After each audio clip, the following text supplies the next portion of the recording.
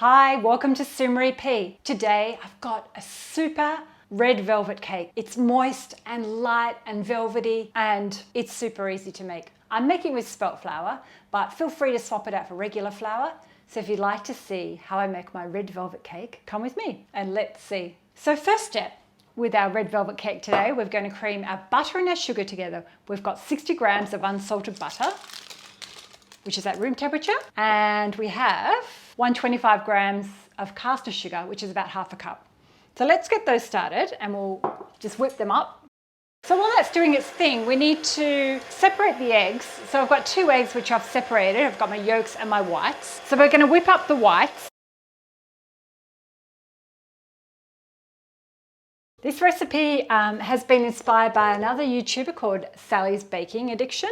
So a big shout out to Sally. So let's get the next step is I'm putting the eggs in with the egg yolks in with my creamed butter and sugar.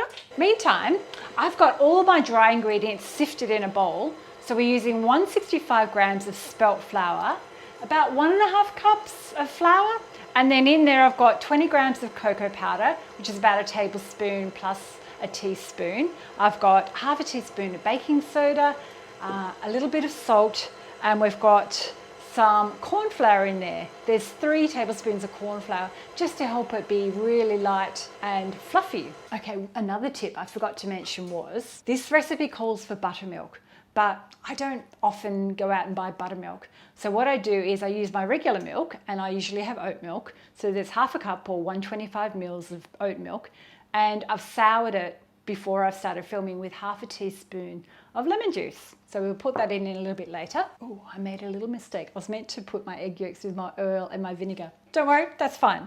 Okay, I'll put my vinegar in with my oil. Sometimes I mess up. And we need to add a little bit of vanilla. Okay, so we've got my vanilla here. So I'm doing half a teaspoon of vanilla. Also, you might want to get your oven on. I've got it on 160 degrees Celsius and it's fan force. And I've greased a little loaf tin. This is a small loaf tin, about 500 grams, and I've lined it with baking paper.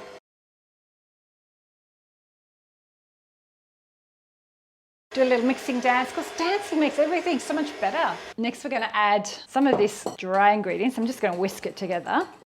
So we're going to add 1/3 of this, and a little bit of the milk, which has been soured. Stir that till combined. Now the secret ingredient, it's not really a secret, but we need to add some red food colouring. So I use the gel paste. I find that creates a nice rich red colour. Okay, there's a teaspoon and the magic will happen. The cake will turn red. So we've got a lovely red batter here, but we're going to add in these egg whites now that we whipped up earlier. So just going to gently fold those in so we don't disturb the fluffiness of the whites. If you're new here today, you might want to consider subscribing and hit the bell so you get notified when I've got a new video. And if you want the full recipe, you can jump over to SueMareeP.com. And also you can subscribe to a newsletter that I'm starting to do for some extra recipes and tips. I call it my kitchen love. Okay, we're just about there. So let's pour that into our prepared tin. Now we're going to bake this in our oven for 45 minutes. Check on it, and if the skewer comes out clean, it's done. Now the fun part, I'm going to clean up. So a red velvet cake is not a true red velvet cake unless it has cream cheese frosting or cream cheese icing. I don't like too much icing, so I always do a little drizzle.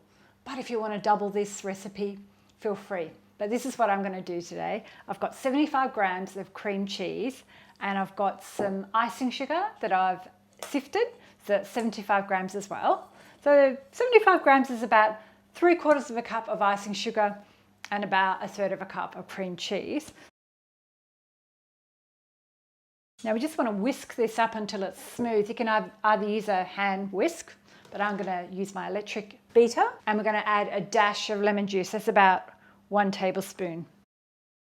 This consistency is like thick cream, so that looks almost perfect. See? So then we can just drizzle it over the top. So that's it. That's ready for the cake. So stick around and I'll show you how we do it. I'm just going to pop this in the fridge until my cake's ready to ice. A cake's all cooked I tested it with a skewer and it came out clean. Only took 45 minutes.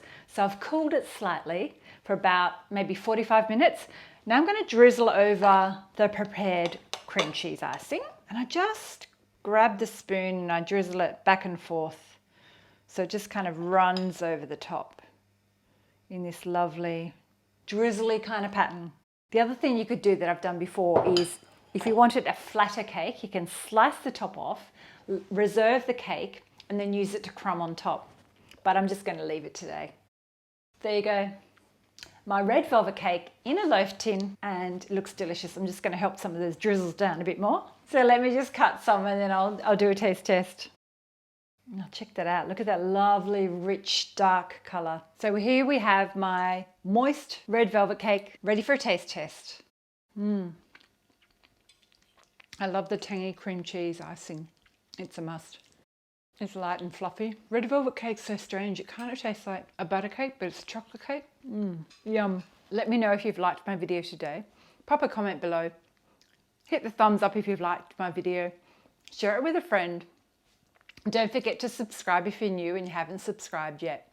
And stick around because I'll share a few more videos that you can watch. Anyway, thank you for watching and I'll see you next time. Bye.